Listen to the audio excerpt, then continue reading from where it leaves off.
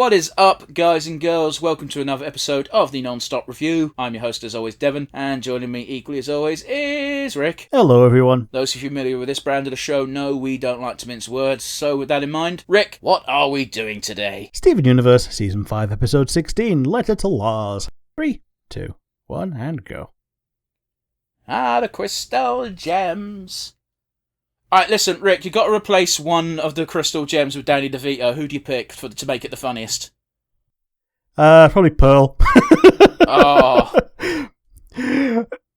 It's the funniest one to replace with Danny DeVito. Yeah, you're not wrong. And let's be honest, if you replaced Amethyst with Danny DeVito, the sad reality is I don't think much would change. Yeah, very little would change. Man, I've mentioned on the main series that I've been replaying Pokemon Clover.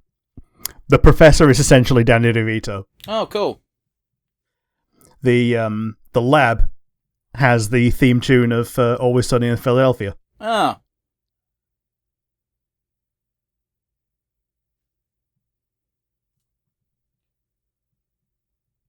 That's fair.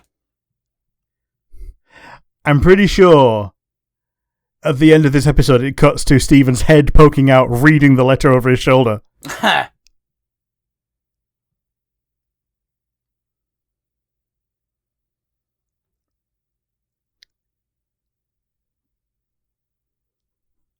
All the conspiracy theories he believes, but not that one. Yeah.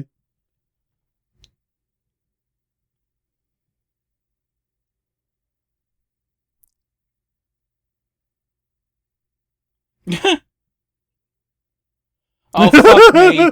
Okay, it's the problem with every conspiracy fucking theorist.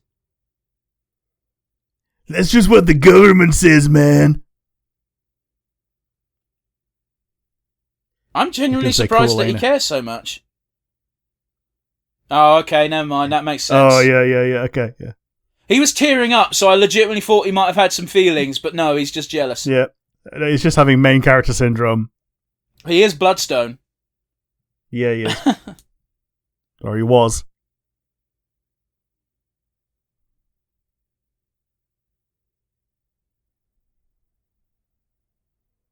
He actually looks better when he's not wearing a suit. He does.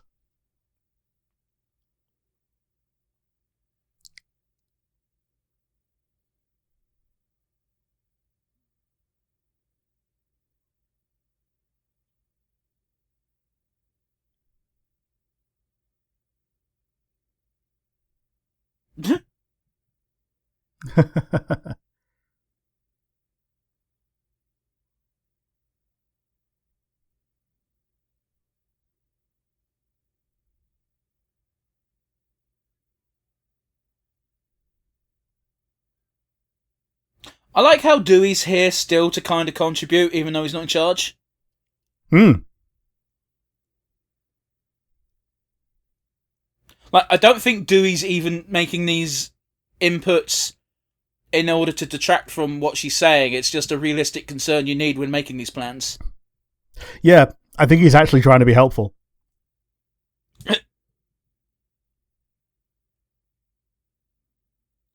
Oh, I love it. Oh. Oh, and you know she only got it because of the rose quartz lookalike who gave her a number. Yeah. I do like how both Garnet and Pearl are here for this meeting, but Amethyst isn't because everyone knows she wouldn't be helpful. No.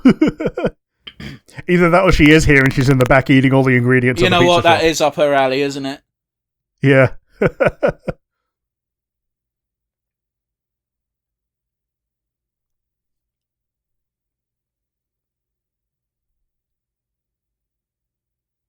You had a good idea, Dewey. Hmm. That was the least sincere ever, Garnet. I mean, it is Garnet. I know.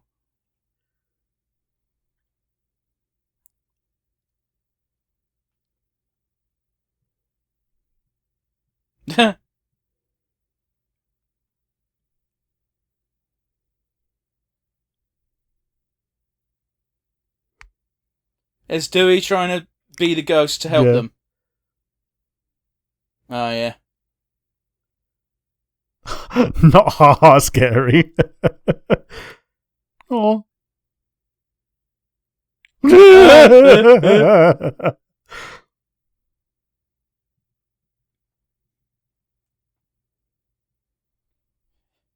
Oh, my days. I love how Pearl got dragged into this.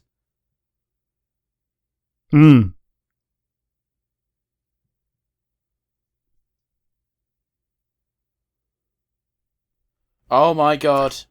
The laugh guards. I love how Paradox is just going to be saying factual things and expecting people to laugh. Probably.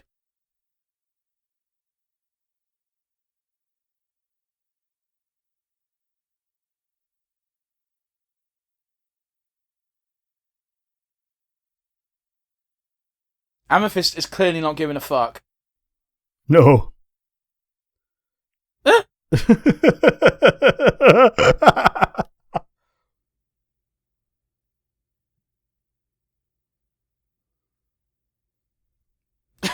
That's not a bad gag.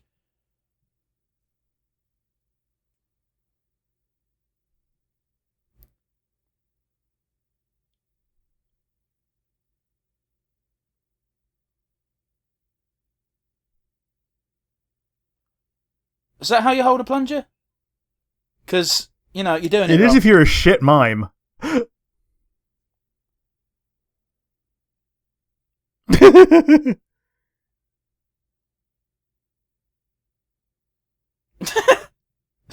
is such a fucking heckler. I didn't expect it from her. That's terrifying. She looks like a Pepe. Oh.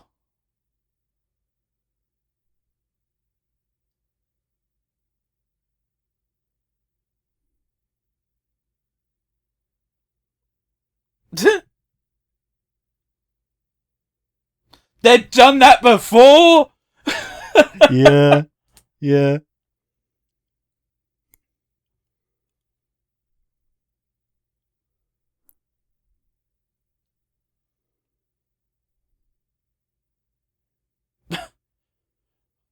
Oh, right. I didn't realise Garnet was so amethysty with her with her stretchiness.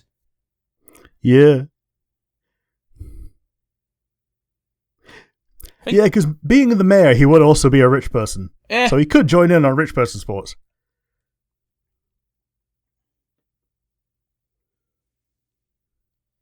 Okay. Yeah, it would. Oh, right, yeah, I forgot Lars was super into wrestling. And Lars still doesn't believe that Stephen was the tiger philanthropist.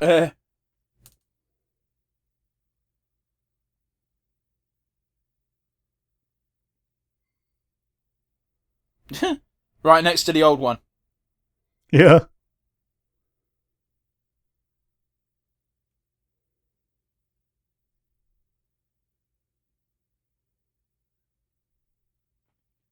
$6.99. That's It's about a $5. it's expensive, isn't it? Yeah, but it's at the beachfront, so. Oh, it's actually $89, which is a weird fucking price. Is that with tax? Yeah. I think it's so that you get like a 10-cent piece as change, and you don't care about the penny. Right. Rather than Take a penny, leave a penny. And Dewey heard clearly all of that, taking didn't he? advantage of the take a penny, leave a penny. I love that joke so much. It's also a joke I didn't get because I'm not American. So as a child, I didn't understand what the fuck the point was.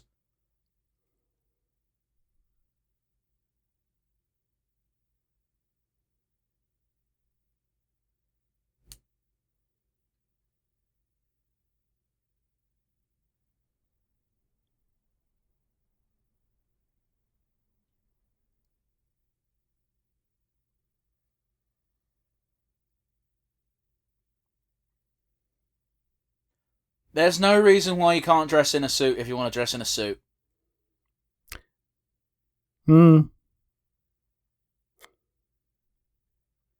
His shirt is way too big for him. Yeah. Even though he's depressed right now, he does kind of look so much happier now that he's not stressed. Sort of.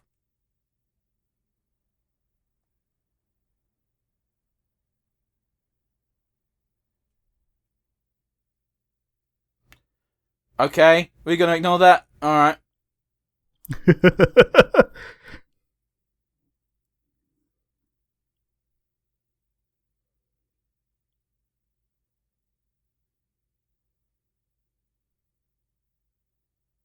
Yeah, that gets confusing real quick.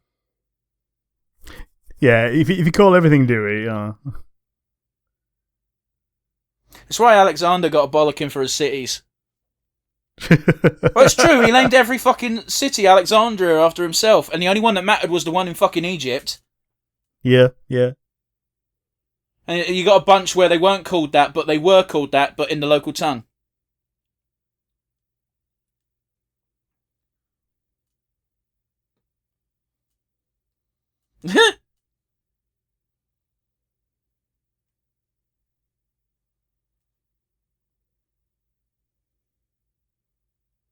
Oh, okay. I doubt that.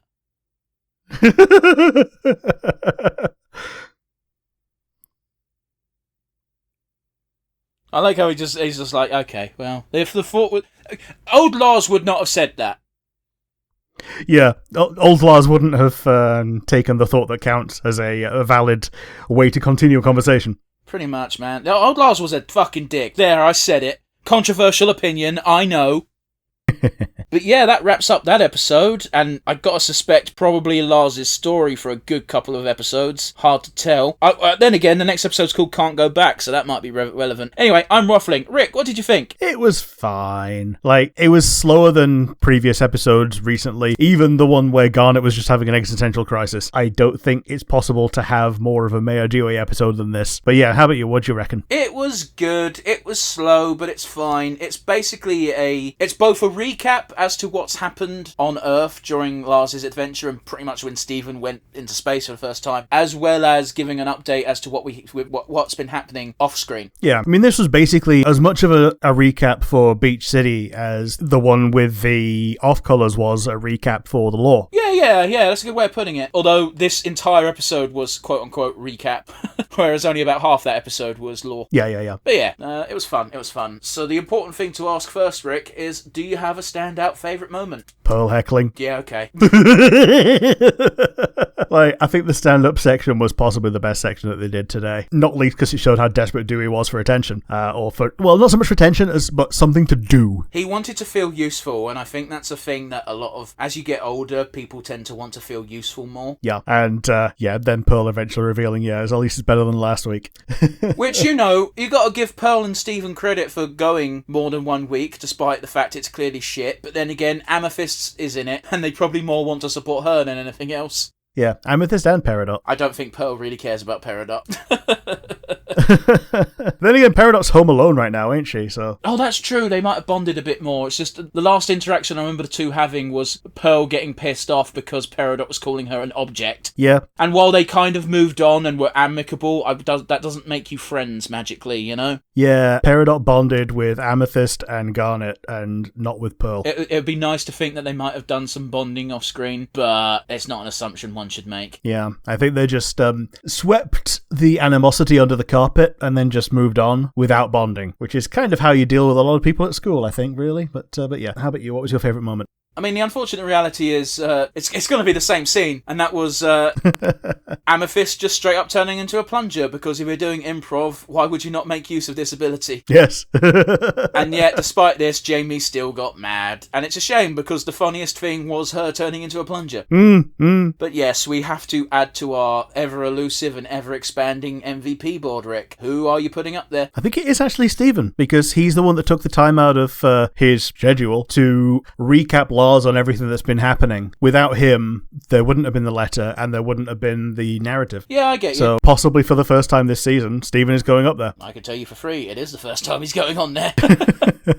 How about you? Who's your MVP? My MVP is going to go to... I'm going to give it to Amethyst. Just for showing up.